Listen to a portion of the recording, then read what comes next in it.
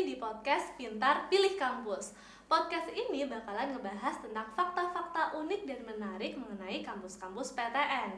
Ketemu lagi bareng aku, Tria Indah, guru ahli dari kelas Pintar yang bakalan nemenin kalian di setiap episodenya.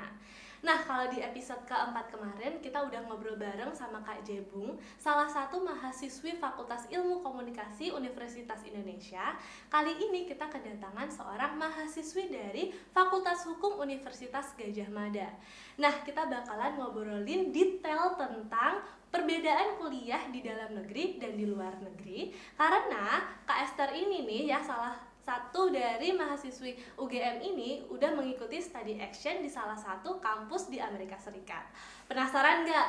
Nah, langsung aja ya kita panggilkan Kak Esther Natalia. Please welcome. Yeay. Halo Kak. selamat datang. Silahkan duduk. Nah, Esther boleh nih perkenalan dulu sama sahabat kelas pintar nih. Oke. Halo sahabat kelas pintar, kenalin namaku Esther Natalia Dominic Lubis, tapi bisa panggil aku Esther aja. Aku sekarang lagi kuliah di Fakultas Hukum Universitas Gadjah Mada, tepatnya di semester 8, dan doain ntar lagi lulus, amin. Dan aku seneng banget bisa sharing di sini di teman-teman kelas pintar. Thank you banget ya udah invite aku, dan semoga podcast kita hari ini bisa insightful banget buat teman-teman. Oke, berarti Esther ini udah termasuk golongan mahasiswa tua dia. Iya, mahasiswa akhir sih. Iya, yang kuliah terus cuman apa sih bimbingan ya ke dosen. Iya sih Kak, kayak bimbingan terus skripsi gitu sih. Berarti udah nggak ada matkul lagi ya di semester 8 ini? Nggak ada. Pure skripsi, fokus Tinggal skripsi. tunggu lulus aja. Oke, semoga cepetan lulus dan Amin. bisa wisuda secepatnya ya. Amin. Oke, Esther ini kan udah jadi mahasiswa di UGM ya, mahasiswa di UGM. Apakah emang pengen kuliah di UGM gitu dari dulu, dari kecil, atau kepikirannya baru SMA gitu? Kalau Esther gimana? Kalau dari kecil sih enggak ya Kak ya. Aku bahkan nggak tahu UGM itu apa gitu ya. Tapi kalau pengen kuliah di UGM itu dari kelas 10. Okay. Jadi emang karena SMA aku tuh SMA terbaik di provinsiku. Jadi bener-bener alumninya itu di UGM banyak banget Kak. Jadi SNMPTN tuh bisa sekali lulus tuh 30 orang. Oh, satu angkatan? Undangan doang. Undangan doang Belum ya? SBM, belum yang lain-lain. Jadi tuh SNBP ya teman-teman kalau sekarang bahasanya. Nah terus udah nih kelas 10 kan, aduh mau masuk UGM. Terus kalau ditanya kenapa nggak univ lain gitu kan. Simple karena pengen di Jogja sih. Kayak aku kan dari Riau, dari Sumatera, pengen banget kuliah di luar pulau Sumatera gitu, pengen ke Jawa lah istilahnya seperti itu. Terus dulu malah nggak pengen di jurusan sekarang, dan akhirnya belajar tentang jurusan hukum dan ternyata interest, dan akhirnya masuk ke UGM. Oh gitu, berarti dulu waktu SMA tuh IPS atau IPS Kak, IPS. Terus udah ngulik-ngulik hukum kah, atau dulu tuh sempet kayak aduh pengen ke jurusan lain nih gitu? Dulu tuh malah mau HI. Oh, hubungan internasional. Hubungan internasional, cuma aku coba ikut MUN, dan ternyata aku tuh nggak suka sama prosesnya. Aku suka sesuatu yang scripted, yang kayak A, B, B. Aku mau sesuatu yang obvious. Pasti gitu kali ya. Jadi kayak kalau misalnya deketin orang tuh jelas tujuannya kemana ya nggak. Jadi kayak nggak yang kayak aduh kita jalani dulu aja gitu tuh nggak suka. Nah jadi dari situ, dan aku ikut lomba debat, jadinya aku interest di bidang hukum gitu sih. Oh, debatnya kebetulan di bidang hukum. Konstitusi gitu-gitu Kak. Oh, berarti nggak sengaja ketemu sama si hukum ini, jurusan hukum ini gara-gara ikut lomba debat. Terus akhirnya belajar mau nggak mau kan. Terus akhirnya ya udahlah waktu kuliah ntar ngambil hukum aja kayak gitu kali ya. Iya benar-benar. Oke. Terus kalau di UGM ini kan ada beberapa ini ya penjurusan kalau nggak salah iya. Di hukumnya. Nah itu ngambil apa kalau Esther? Itu namanya konsentrasi Kak. Oh, konsentrasi ya kalau ngomongnya. Jadi kalau di hukum UGM itu ada 12 konsentrasi. Wow, banyak banget. Kayak hukum adat, hukum bisnis, hukum perdata, hukum tata negara, administrasi negara, Islam, segala macam lah. Nah kalau aku hukum bisnis.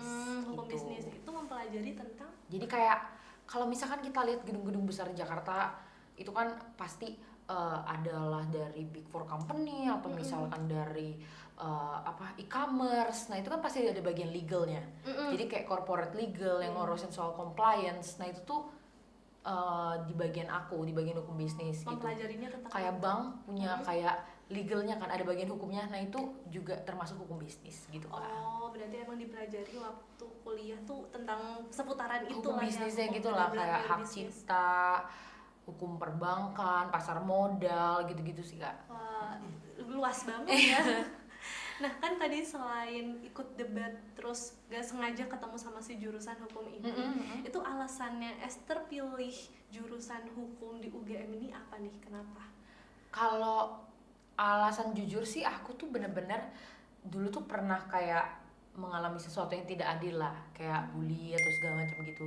Jadi aku tuh bener-bener pengen orang-orang itu tuh dihargai berdasarkan harkat martabatnya. Karena menurutku hukum itu berdampak di seluruh aspek kehidupan manusia. Oke. Rumah sakit pakai hukum, undang-undang.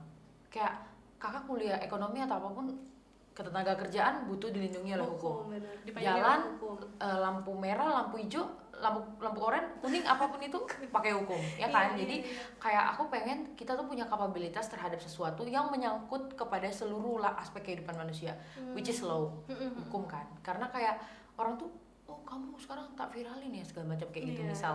Nah, tapi kebayang nggak kalau misalnya kita paham regulasinya, kita paham aturannya tanpa harus memviralkan, jadi kita tahu apa yang harus kita lakukan.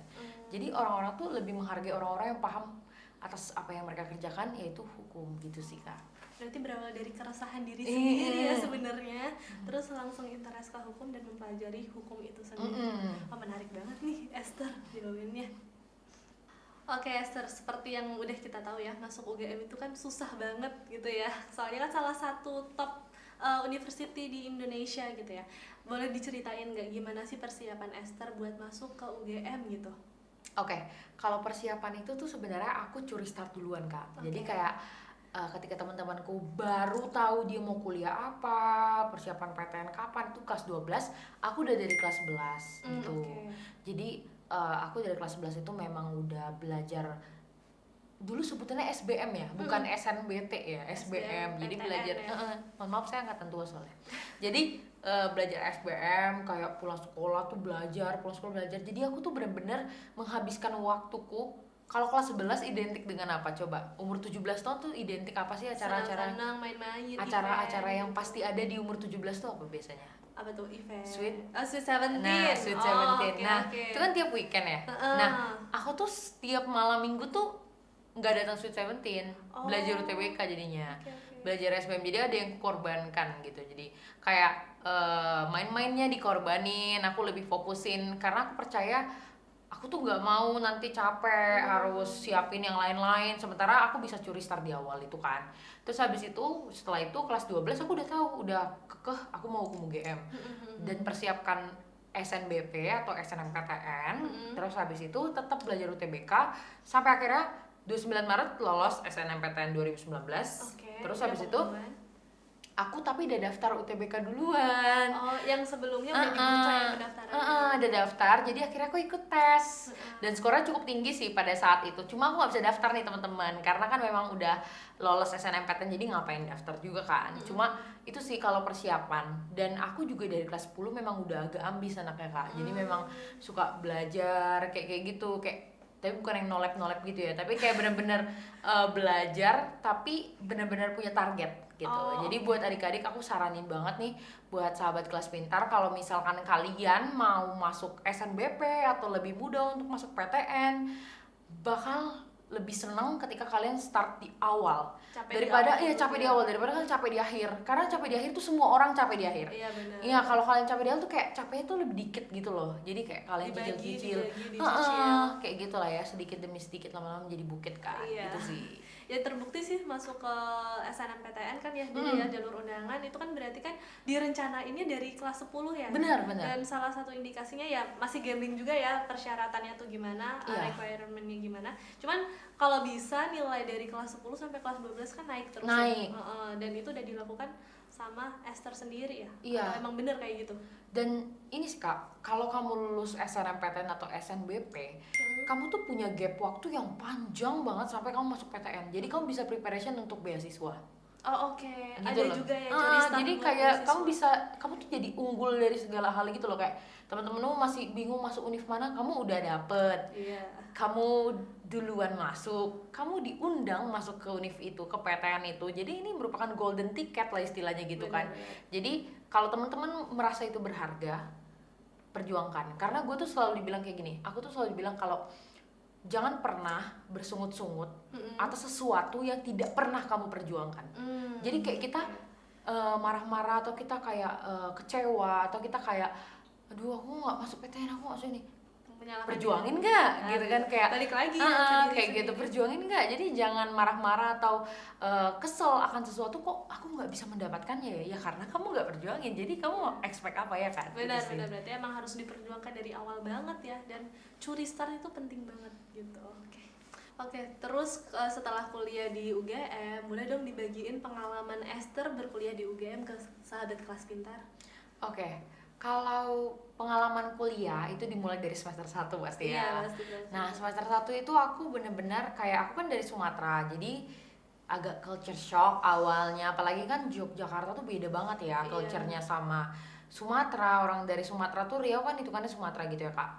Dan aku bener-bener dari tutur kata, bahkan dari arah di sana tidak mengenal kanan kiri. Iya, pakai utara, selatan, iya, barat, daya, barat, arah timur, mata laut. angin lah ya. Iya, kayak aku tanya gimana ya Pak? Oh, utaranya sini Mbak.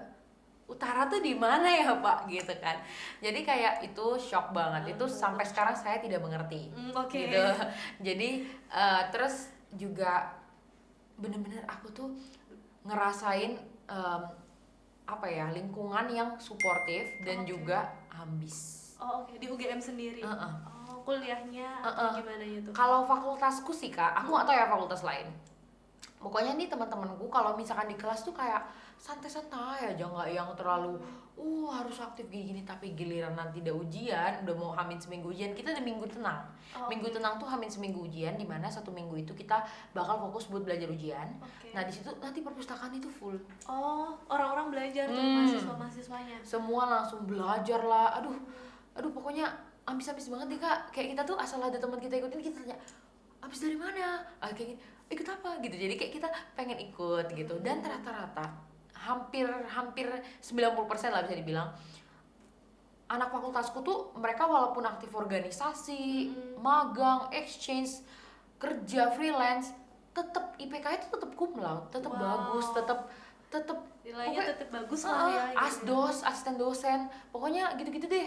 Kayak wah luar biasa lah karir mereka kan. Terus juga dapat beasiswa juga kan. Itu sih. Kalau aku dulu semester 1 aku awali dengan organisasi. Ikut organisasi. Berapa organisasi tuh kalau boleh tahu? Kayak sampai banyak sih, sampai 8 waktu itu. Lawan organisasi. Tapi bagi waktunya gimana tuh antara kuliah sama organisasi itu, waktu semester 1 lagi kan? Agak burn out sih waktu itu. Karena kebanyakan waktu itu. Cuma puji Tuhannya pada saat itu tuh bisa terhandle karena ada teman-teman yang suportif. Dan juga aku membaginya lebih prioritaskan akademik daripada organisasi. Terus juga setelah akademiknya makin lancar, aku mulai lepas organisasi kan, udah makin naik semesternya.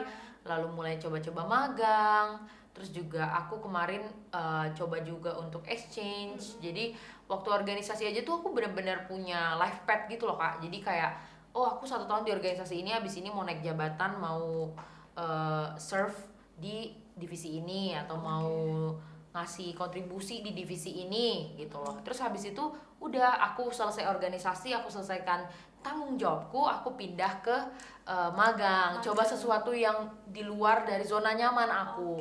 Aku belajar real world tuh seperti apa, dunia pekerjaan, dunia kerja. Pengen tahu kan apakah ilmuku nih berguna nggak sih sebenarnya. Terus habis itu setelah selesai magang, terus freelance juga waktu itu kerja. Dan habis itu coba exchange ke luar negeri.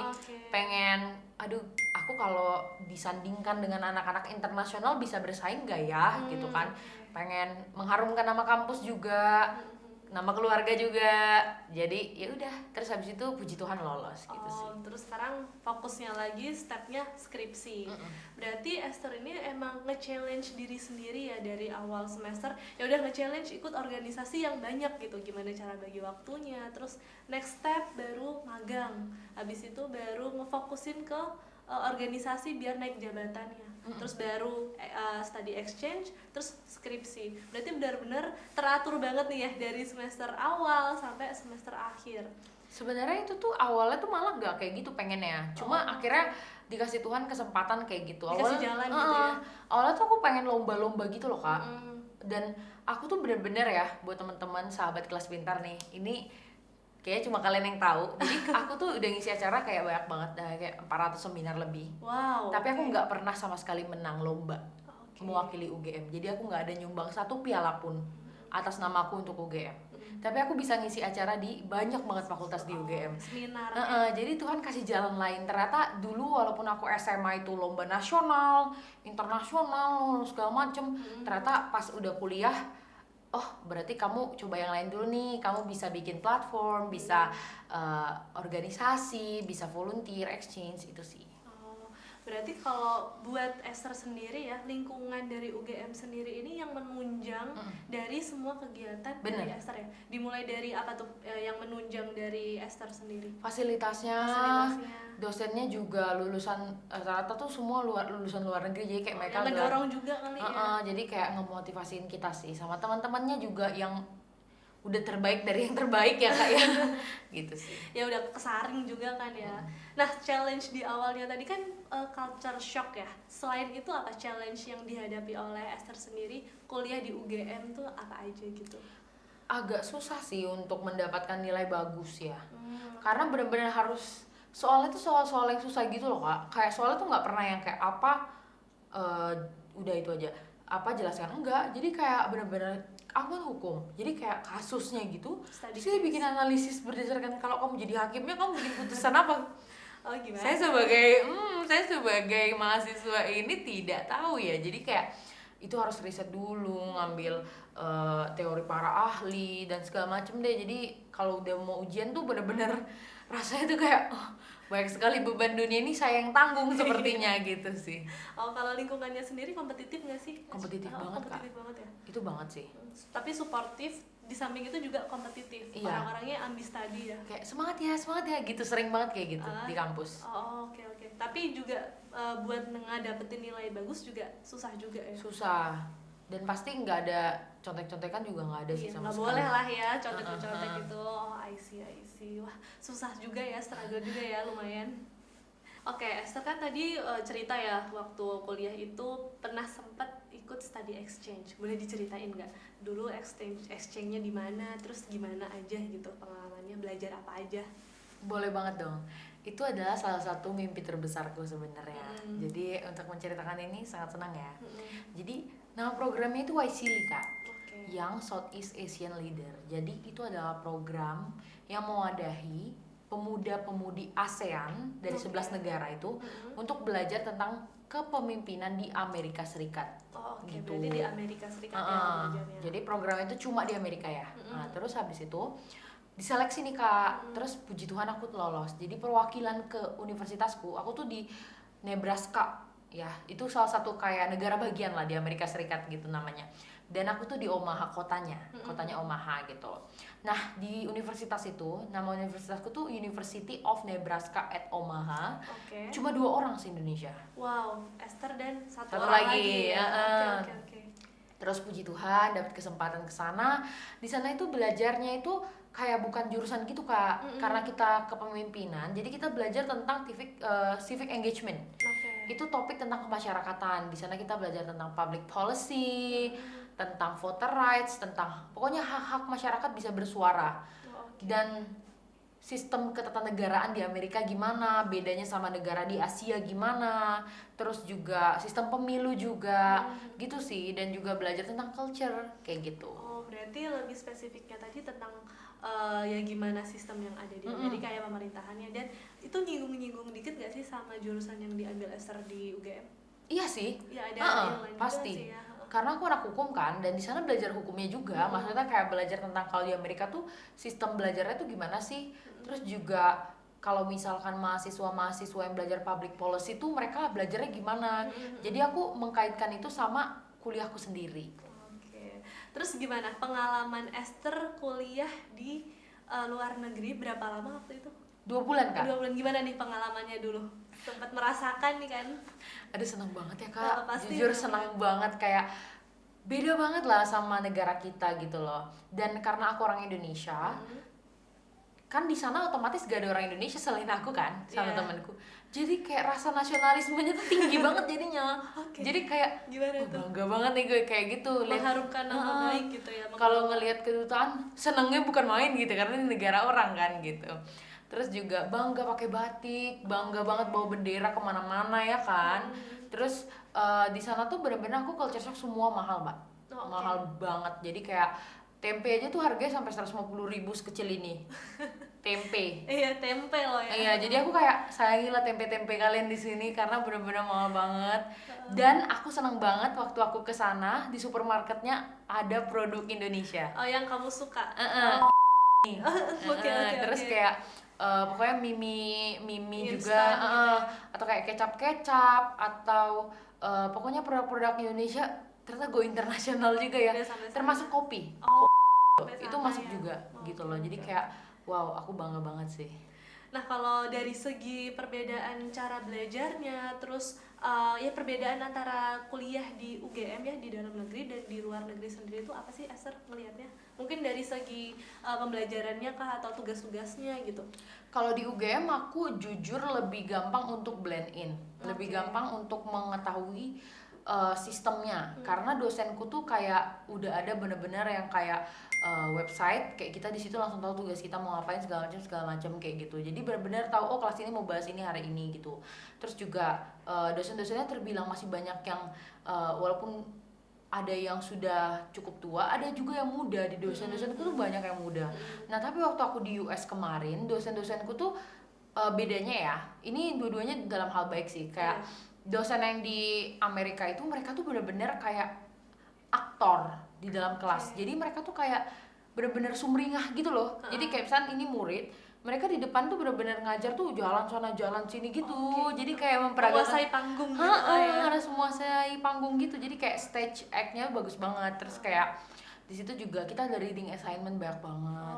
Beda ya sama yang di dalam negeri. Ada juga di Indonesia, cuma kalau bedanya tuh kalau di Amerika tuh kita benar-benar harus reading sendiri gitu loh. Kalau di sana tuh bisa reading bersama gitu. Jadi kayak kita bahas diskusiin. Kalau di US tuh mereka dosennya tuh mau kita udah nyampe di kelas, lo udah baca semua gitu. Udah paham gitu ya materinya. Baru tinggal diskusi aja gitu. Terus selain itu apa lagi nih yang beda? Paling salah satunya itu, dan juga kalau misalkan di kelas itu tuh pada aktif-aktif, sebenarnya dua-duanya aktif sih, soalnya aku bingung juga kalau misalkan kayak harus membedakan, tapi keduanya itu mungkin kalau di Indonesia pasti orang-orang Indo dong di dalamnya. Kalau di sana tuh bener-bener ya dari semua negara ada, dari Asia, dari India, dari negara-negara apapun banyak. Jadi temennya bener-bener diverse banget gitu sih. Berarti yang di highlight yang beda tadi reading assignment-nya sama mungkin stage age-nya si dosennya itu ya. Dan juga sistem pemberitahuan soal informasi kelas sih. Kayak kalau di kita masih ada di grup WA atau segala macam. Kalau di sana tuh benar-benar kayak kadang cuma berdasarkan email. Oh, lebih sering pakai email. Kalau di sini lebih sering email. Jadi jarang pakai kayak WA gitu-gitu tuh jarang banget Kak gitu. Berarti harus sering cek email ya biar nggak ketinggalan informasi. Dan itu dirasakan Esther 2 bulan di Amerika. Wah, menarik banget nih. Oke Esther, aku penasaran sih, pasti sahabat kelas pintar juga penasaran. Gimana sih Esther bisa dapetin fully funded scholarship di Amerika kemarin gitu? Boleh diceritain dong? Oke, boleh banget. Jadi waktu aku exchange ke Amerika itu tuh pasti benar-benar perjuangannya tuh wah susah banget lah pokoknya ya. Pasti. Jadi aku tuh memang udah tahu programnya udah lama Kak. Udah dari waktu aku masih SMA ya, waktu aku belum bisa daftar gitu. Udah tahu tuh. Udah tahu doang ya. Terus pengen daftar, cuma aku sadar pengalamanku masih sangat sedikit. Jadi aku berusaha nabung pengalaman dulu supaya aku layak nanti waktu daftar. Dan aku ngelihat ini opportunity-nya besar karena aku nggak harus punya IELTS, nggak harus punya TOEFL, yang penting bisa bahasa Inggris, mau belajar, dapat kesempatan gitu. Dan ya udah aku coba apply dan puji Tuhan pertama kali apply langsung lolos. Oh, itu pertama kali dan langsung lolos. Karena banyak banget yang apply kayak 5 kali tapi nggak lolos gitu ya. Puji Tuhan aku dikasih kesempatan langsung lolos gitu loh. Dan itu ada 2 tahapan Kak. Ada yang pertama tuh administrasi. Jadi kita kayak ngirim esai dan ada recommendation letter juga, bisa dari bos kita, dosen kita. Terus juga kalau lolos itu baru interview. Jadi nanti kalau misalnya lolos interview kita dipilih, kita nanti dikasih tahu persiapannya, bikin visa, terus juga berangkatnya kapan, dan programnya itu selama 2 bulan ya. Jadi benar-benar kita di Amerika itu benar-benar kita belajar sesuai topik kita. Dan dia ada 3 topik nih sahabat kelas pintar, ada civic engagement, ada environment, ada juga social entrepreneurship. Jadi kayak tentang bisnis, tentang kemasyarakatan, sama tentang lingkungan. Kalau Esther kemarin ngambil yang tentang Kemasyarakatan. Ya, masuknya. jadi Oke. itu sih. Nah, seberapa penting sih ikut exchange program ini buat kalau misalnya sahabat kelas pintar udah jadi mahasiswa gitu, seberapa penting sih gitu buat ikut program ini Kalau atau menurutku program exchange? penting banget ya, karena bener-bener kalau misalkan kita dapat international exposure, kita dapat network yang baru, itu tuh bisa membuka peluang kita ke banyak tempat. Oke. Bayangin aku di situ bareng sama teman-teman dari 11 negara yang berbeda di ASEAN, dan aku jadi punya koneksi sama orang Filipina, Thailand, Vietnam, Singapura, pokoknya semua deh. Jadi aku kayak punya teman langsung se-ASEAN ini, aku punya teman. Kayak kemarin aku ke Filipina bareng sama sahabatku yang di Filipina. Nanti aku mau ke Thailand bareng sama sahabatku di Thailand. Nanti mau ke Laos sama sahabatku yang di Laos. Jadi kayak bener-bener networknya tuh kencang banget Kak. Dan juga aku dapet apa ya, pandangan baru, insight baru bahwa ternyata negara-negara lain tuh juga kaya akan budaya mereka, dan mereka juga punya keunggulan masing-masing, kayak gitu sih. Terus dari segi pembelajaran juga mungkin dapat juga ya dari gimana kuliah di luar negeri sama di dalam negerinya ya, insight dari situnya juga dapat ya. Oke, menarik. Nah, Esther ini kan udah di penghujung akhir kuliah ya. Nah, rencana Esther setelah lulus ini apa sih?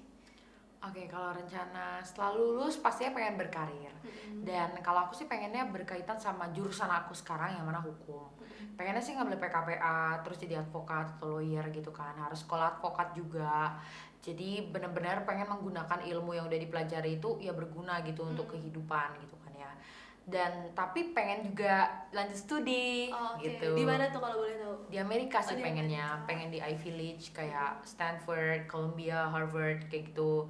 Dan pengen banget kayak balik lagi ke US untuk studi. Jadi kalau cita-cita sih pengennya kayak gitu ya Kak, kalau udah lulus gitu. Ya. Amin, semoga Amin. ya. Oke, Esther sendiri kan udah kuliah di UGM selama 8 semester gitu ya, udah ngerasain struggle-nya masuk UGM gitu. Boleh dong dikasih tips nih sahabat kelas pintar, gimana kalau misalnya sahabat kelas pintar mau masuk PTN, apa aja yang harus dipersiapkan gitu? Boleh banget dong. Jadi buat sahabat kelas pintar ini dicatat ya. Kalau dari aku, yang pasti yang pertama kamu harus benar-benar rajin belajar dari awal, dari kelas 10, bukan baru-baru kayak udah semester akhir, udah ketika kita udah kelas 12, kita baru belajar gitu dari awal banget. Terus juga yang kedua adalah untuk UTBK atau SNBT itu wajib banget latihan terus. Ada kesempatan untuk tryout itu harus dicoba. Dan bener-bener itu tuh semua long proses, gak bisa tiba-tiba langsung dapet ya. Aku juga bisa masuk PTN juga belajarnya dari kelas 10, gak tiba-tiba dapet gitu kan. Jadi itu yang kedua. Dan yang ketiga adalah jangan lupa jalur langit. Itu juga berguna, dan juga teman-teman harus minta support dari orang tua, karena doa dari orang tua tuh bener-bener ngebantu kita banget di setiap jalan kita. Dan teman-teman jangan pernah mau berteman dengan teman-teman yang memberikan dampak buruk bagi hidupmu, kayak gitu. Jadi kayak pinter-pinter milih teman, pinter-pinter milih circle. Carilah circle yang benar-benar bisa bikin kamu jadi lebih positif, karena hidupmu terlalu singkat untuk dihabiskan dengan orang-orang yang tidak bisa menghargai nilai dari dirimu sendiri. Jadi kalau saran dari aku gitu ya teman-teman, kalau teman-teman mau masuk PTN impian gitu. Oh, bagus banget nih tips-tips dari Esther sendiri ya buat sahabat kelas pintar. Nah, sahabat kelas pintar, masuk ke kampus pilihan kamu emang butuh persiapan yang sangat matang. Tapi tenang aja, kelas pintar ada PTN di mana kamu bisa dapetin bank soal, latihan tryout, dan live class buat belajar bareng guru biar kamu makin siap menghadapi ujian masuk kampus negeri lewat jalur mandiri. Wow, lengkap banget ya. Andai aja waktu zaman aku dulu sekolah udah ada tuh. Iya, bener banget Esther. Anyway, terima kasih buat Esther udah ngasih insight dan sharing pengalaman perbedaan antara kuliah di dalam negeri dan di luar negeri ya. Thank you juga buat Kelas Pintar untuk kesempatannya. Aku senang banget bisa sharing terkait kuliahku di UGM dan juga di luar negeri. Semoga sahabat Kelas Pintar bisa ketemu PTN terbaik dan bisa masuk ke sana. Amin. Nah, itu dia sahabat Kelas Pintar, episode kelima dari podcast Pintar Pilih Kampus. Nah, makasih ya buat sahabat Kelas Pintar yang udah nonton dari awal sampai akhir. Semoga podcast ini bisa membantu kalian dalam memilih kampus yang tepat ya. Jangan lupa like dan subscribe YouTube channel Kelas Pintar karena bakalan ada episode lain yang gak kalah seru. Sampai jumpa di episode selanjutnya. Dadah!